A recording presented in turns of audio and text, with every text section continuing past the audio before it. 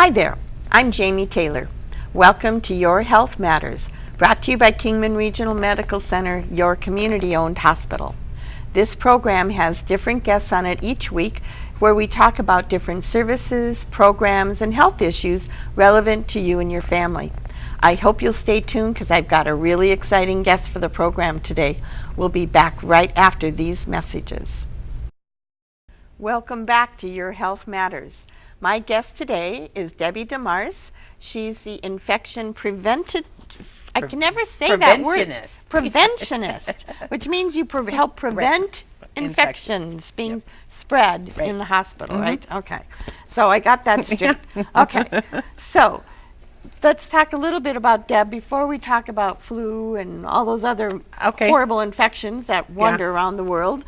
How long have you been at KRMC? I've been here about 6 years. I was working in the area. I've actually been in Arizona for a little over 30 years. Oh my goodness. And I worked at another hospital in Mojave County for 26 years. Oh, okay. And just made a decision that it was for-profit hospital. And I got up one day and just said, I can't do this anymore. I need to go someplace else. And I had a call from your hospital and they said, come talk to us. I understand that you quit, so would you please come to talk to us? So I did, and I was actually hired as one of your microbiologists. And then after 3 months, you had been looking for about 1.5 years for an infection preventionist. So the people from quality management approached me and said, we need you more over here than we need you down there. So would you change? So for years, it was almost always a nurse that was the infection controller, the infection preventionist. But they've expanded that a little bit more now. You can be a nurse, you can be a med tech, you can have a degree in public health nursing, you can have a degree in epidemiology, and then you have to work for a period of at least 2 years, and then you sit for a national certification test.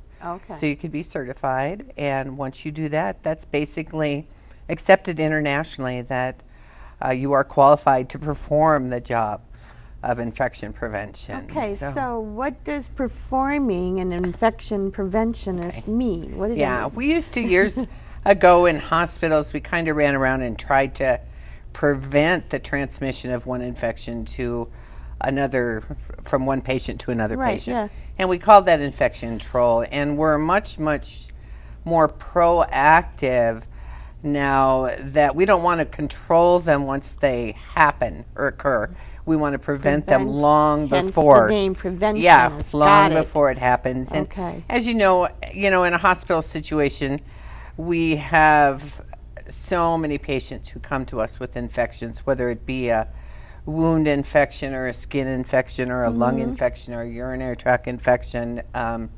They're sick and they have bugs. They come to us because we have the appropriate therapy and the appropriate antibiotics to make them better. And so when you put that many people under one roof and you're trying to take care of them, you have to take some extreme steps sometimes to make sure that patient A that came with one infection doesn't leave with the infection that patient B came with. So it all that patient C came in to have a baby and goes home with something. So it's just, and of course, if everybody we deal with is in some way compromised, or they wouldn't be in the hospital. Right. So we have to assume, whether it be so simple that we started an IV and broke their skin and started an IV, they're in some way they're compromised. So we just have to be very, very careful to make sure that all those infections are contained. And we're going to talk about influenza today, and that's a good one. When a good share of the community starts to develop influenza and they come to us for help, how do we contain that in a hospital setting? So what are the types of steps? When a person's in the hospital with an infection, what are the types of things that we do to prevent their sickness from spreading? Well, like we talked about it briefly before we started, hand hygiene. You can't, when it comes to a hospital setting, and a hospital worker, there isn't anything more important that we can do every day to help prevent infections in our patients other than wash our hands. Well, and for the general public as well, right? To ensure that you don't get next to vaccination, hand hygiene is right up there, From doorknobs. So all that it's stuff you really touch. important. And we use other things such as isolation practices.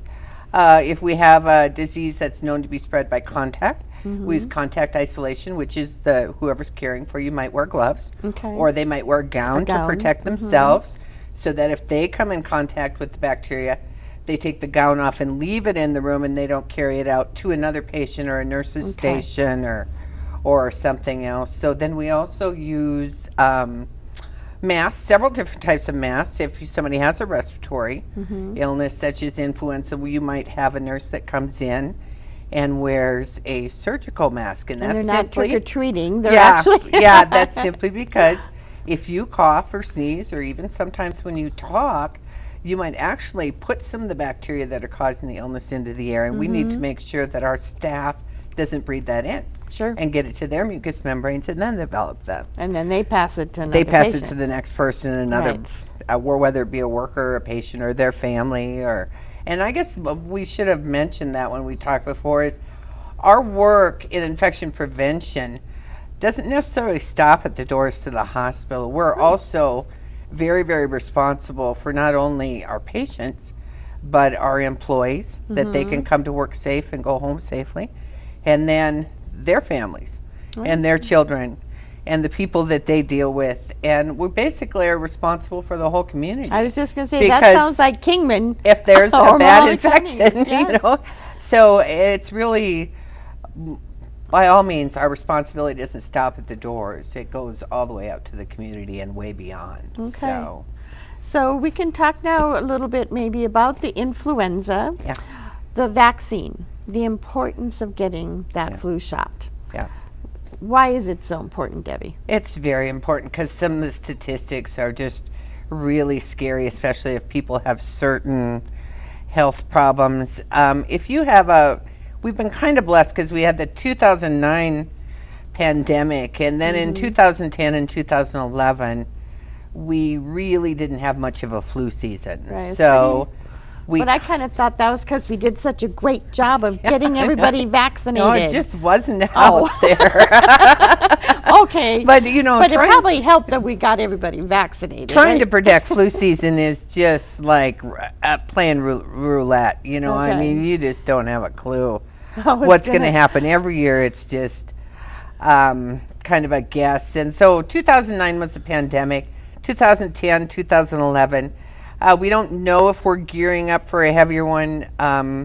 There is a very questionable strain that's back in the Midwest right now, and I think there have been between 200 and 300 cases, and they just actually recorded the first death from that strain. And if that one decides to rear its ugly head, it could be a lot like the 2009 pandemic. Okay, so let's backtrack a sec. What does pandemic actually mean? Pandemic means when it goes over borders, not just national borders like from state to state, but it actually goes from country to country and continent to continent. Okay, so when people are So- traveling Yep. and they're sick, and they carry that germ with them, and then they Yep. bring it. Yeah. So that's why I think a lot of times, and again, this is just as a layperson speaking, but it seems like right after the holidays, Thanksgiving and Christmas, when everybody's traveling, Yeah, and they're that's sick, true. and they bring their germs home to their Yeah, mom and dad that's or true. whatever, and that's when it really spreads. Yeah. Well, and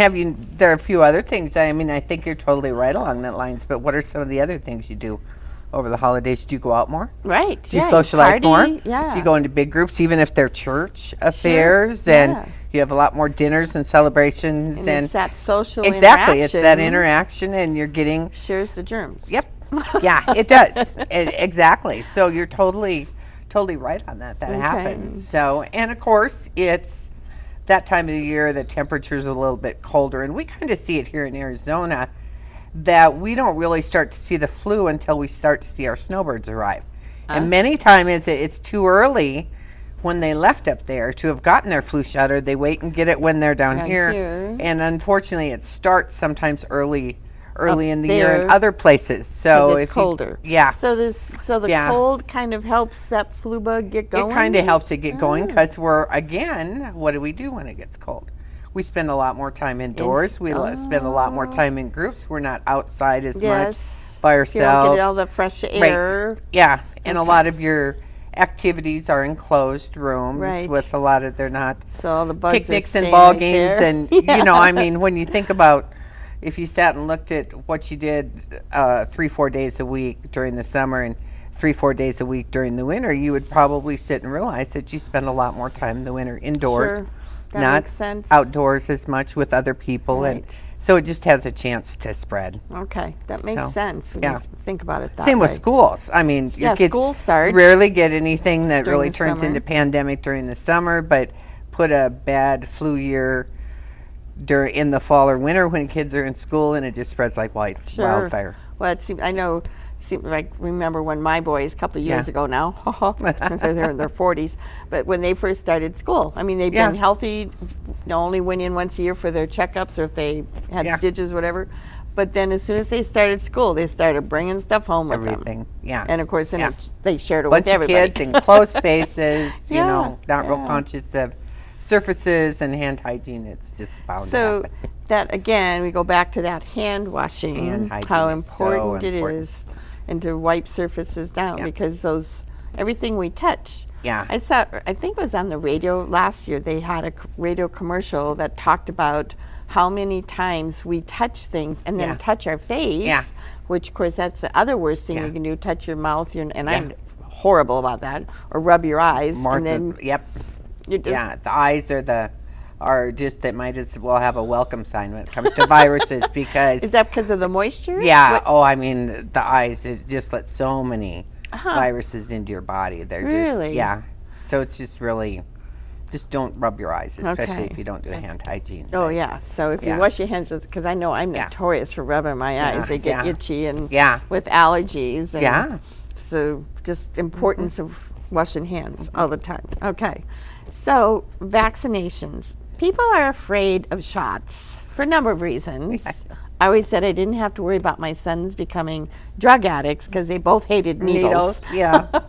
But so that's one thing, the fear of the needle. Yeah. But what other excuses do you hear about why people don't get a flu shot? You know, I think one of the most common, well, I guess before we start with that, I should say in the state of Arizona, and we have to look at this with our employees in the hospital too. In the state of Arizona, anybody can legally decline a vaccination for either religious or philosophical reasons. Okay. And because I don't understand those or I don't practice a religion that states that Right. you shouldn't get vaccines, I'm not a good one to speak to that Sure, issue. understand. You know, so I guess there are some religions who frown on it, and some beliefs, of course, who. So you're talking Yeah. about now you're choking me up. So, but some of the things we say in the hospital is, or we hear in the hospital, we started several years ago trying to figure out why healthcare workers don't. Because sometimes they're the worst, aren't they? Why healthcare workers don't get flu vaccine. And it was really interesting. And we saw this was going to come down the pike, which it really is right now, because in 2013 we will actually have to start reporting nationally what our compliance for healthcare workers is. We're going to have to report that nationally. So we started trying to figure out if you can figure out why people don't get it. Hopefully you can address those issues to Sure. figure out what to do so they get it. Makes we'll it get better. it. Yeah. Yeah. So some of the things and just absolutely blew me away. And one was the one you just mentioned. Some people would say, I'm afraid of needles. Mm-hmm. So we actually, in the healthcare setting, you don't have to decline getting a flu vaccine because you're afraid of needles, because there are several other options Okay. available now. All right. We're going to take a break real quick, but Okay. I want to hear about those other Okay. choices, okay? So we'll be back right after these messages. Stay tuned. Welcome back to Your Health Matters. My guest today is Debbie DeMarce, infection preventionist. I got it right that time. After we talk about it long enough, I finally figure it out. Here at Kingman Regional Medical Center, we are talking about the importance of the flu vaccine and the flu shot, and why some people don't get it. And obviously, religious reasons, philosophical, we're not going to go there. But for those others, there's still an awful lot of people who don't get the flu shot. Yep. So the needle is Yeah. the first Yep. biggest issue. And as I was saying, we have other options. There's now nasal spray. which you can use. Okay. And it's for, my mind just went blank. It's okay. I don't remember the age group. Oh, okay. But certain groups that you can actually, and it's just like 18 to 49 or something like that, because they need to have a good, healthy immune system. But it's a nasal spray. Okay. And that's because it's partially live virus. And we have this year, and we just have rolled it out here at KRMC. It's called a microneedle delivery system, and it's much like the old time test.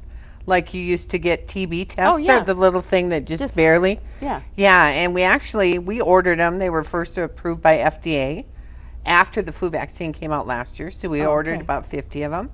And we're going to actually try them and see on those people that they supposedly convert really well and get a good positive antigen amount so they can, or antibody response, so they can fight the flu. So we're going to try them. Good. And see how it works. So if somebody does have an aversion to needles, and I don't have that fear, but I certainly want to be empathetic to anybody who's got that horrible, almost debilitating fear of a needle. Yeah, and that would be bad. Don't yeah. ever get sick. And so we're trying to address that as far as the fear of good. needles. And it's really funny because when we started looking at this, we got a lot of them back from our healthcare workers that said, I don't think I'm at risk for the flu. And it's like, how can you work in a hospital during flu season and not think you're not at risk? So we're trying to address that they really So it's education, are. maybe. Yes, education is a big part.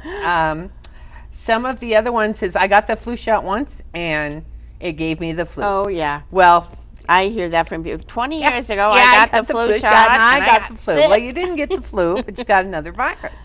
And that's the thing with the virus in flu vaccine is attenuated or weakened, so it's not going to give you influenza. But if you're incubating any kind of a virus, if you're starting So if you were early stages of a cold, you maybe have a rhinovirus or an adenovirus that you're fighting, and then all of a sudden we come along and give you this shot of this attenuated virus.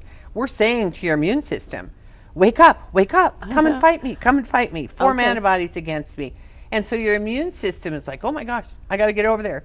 And you're really going to let down your defenses so that the virus you were fighting is allowed to a little bit take over. Because we required so much attention for your immune system to get.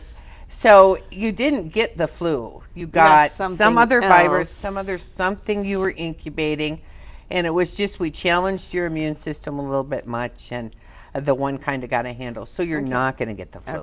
Some of the real reasons, of course, that people should never get the flu is if you have an allergy to eggs. By all means, do not. It's an egg-based vaccine. No, even the oral or the nose As far as I know, even the allergy for that is, and even on the micro too, because that's how they develop the vaccine. So it's all egg-based. So until that changes, you just shouldn't get it. If you've ever had Guillain-Barré, which is a neurological disorder that's many times brought on by a bacterial or a viral illness, don't get it again. That can be a very devastating disease, and you definitely, that's the first thing I'll tell you is if your diagnosis is don't ever get another vaccine. So some of the other things, I'm just trying to think of what some of the other reasons are that people decline. But well, people will have excuses. They will find one. But truthfully, we're saying pretty much anyone between the ages of 3. Is it 3 to? No, it's actually 6 months. Oh, 6 months? Yeah. Now? Okay, Yeah. so from 6 months of age till. They can't get one until they're at least 6 months old, and then from 6 months to, I think it's 2 years, they have to get the half doses, don't they? Okay, yeah, I think that's what it is. But then, if I reach a certain age, like now that I'm almost 61, can I not get a flu shot? Sorry. Anyway? No. And the reason that is it's basically a flu vaccine. It gives us a short-term immunity. It's not going to last forever. It's not like your measles vaccine you got were a child or some of the other smallpox. It's just a rather short acting. And the other reason that you need to get one every year is the strains change. It's different.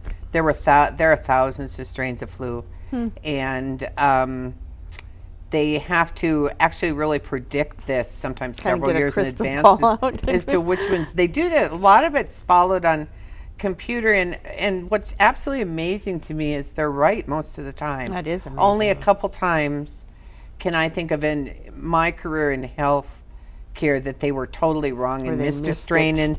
And one was back in the 70s with swine flu. Oh, they didn't right. realize it was going to be prevalent, and it was, and they had Yeah. to make a new vaccine. Yeah. And, Okay. so they're right so much of the time. That's but cool. there's only 2 strains in there, Okay. 2 influenza A's and an influenza B. So if it's something like H1N1, who reared its ugly head when the years flu ago, vaccine was right. made for that year, So we had to do a separate they had to shot make a just separate for that. vaccine for that Yeah, because okay. we didn't know it was coming. Yeah. And So it's important now. We've talked about why people are afraid to get the flu shot, and we've talked about the fact that what it's going to do and how it's going to help them. Yeah.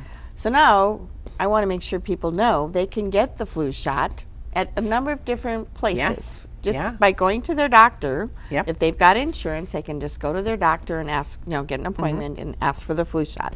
Yeah. If they don't have insurance, or if they don't have time to get to the doctor's office, Yeah. KRMC has offered a numerous. number. You guys have done Yeah. a great job. Yeah. You gave close to 800 at Right, the at the fair, and Yeah, then at the excellent rodeo, job. we've done a couple more hundred. Yeah. Then we're going to be at the Catherine Heinrich Center. Oh my gosh. There's like 3 different dates in That's October. fantastic. And then the Women's Health Fair, Mm-hmm. October 20th. So there's a number of different options. And they can Yes. just call my office at 757-0664. Excellent. If they want more information about where they can go. And that's Yeah. a free flu shot. Yeah, last year we gave how many Oh, it free was- to the community? It was we're a couple thousand, thousand. Yeah. It Excellent was, job. Yeah. And that's why I was taking credit for the fact that we had Yeah. such a weak little flu season last year because of all those people we gave flu shots to. You know, it's kind of scary, but if you have a bad flu, if you want to look at the numbers, if you have a bad flu year, CDC, or the Centers for Disease Control, tells us that as many as 5 to 20% of the population can have the flu. Wow. Can develop the flu in a bad year. Yeah. So just And if you look at the population in That's Mojave a- County, So 125,000 Yeah. basically, and Yeah. 5 to, would you so say 20%? 20-some thousand yeah. could develop the flu. And it can be life Yes. threatening. Oh, if you have some long-term medical conditions or morbidities, if you have cardiac problems, if you have Lung long-term problems, respiratory problems, if you have other things such as diabetes, if you have anything that compromises your immune system in any way, it can You're at a higher definitely risk to get Exactly. it, number one, and to be more sick from it. Exactly. So Exactly. I think it's already kind of started. I'm hearing people out in the community that are having flu-like symptoms. Yeah. So it would seem We that our actually systems- haven't seen a positive test yet, and we've sent a couple. We use the State Department of Health Services to do some some very sophisticated testing on some of our Okay. samples, and we've sent several in that were real suspicious, but we haven't had a positive Okay, yet. so far so good. Well, Okay. this was a pretty interesting show today. Call my office, 757-0664, if you'd like more information, and we'll see you next week with another great guest.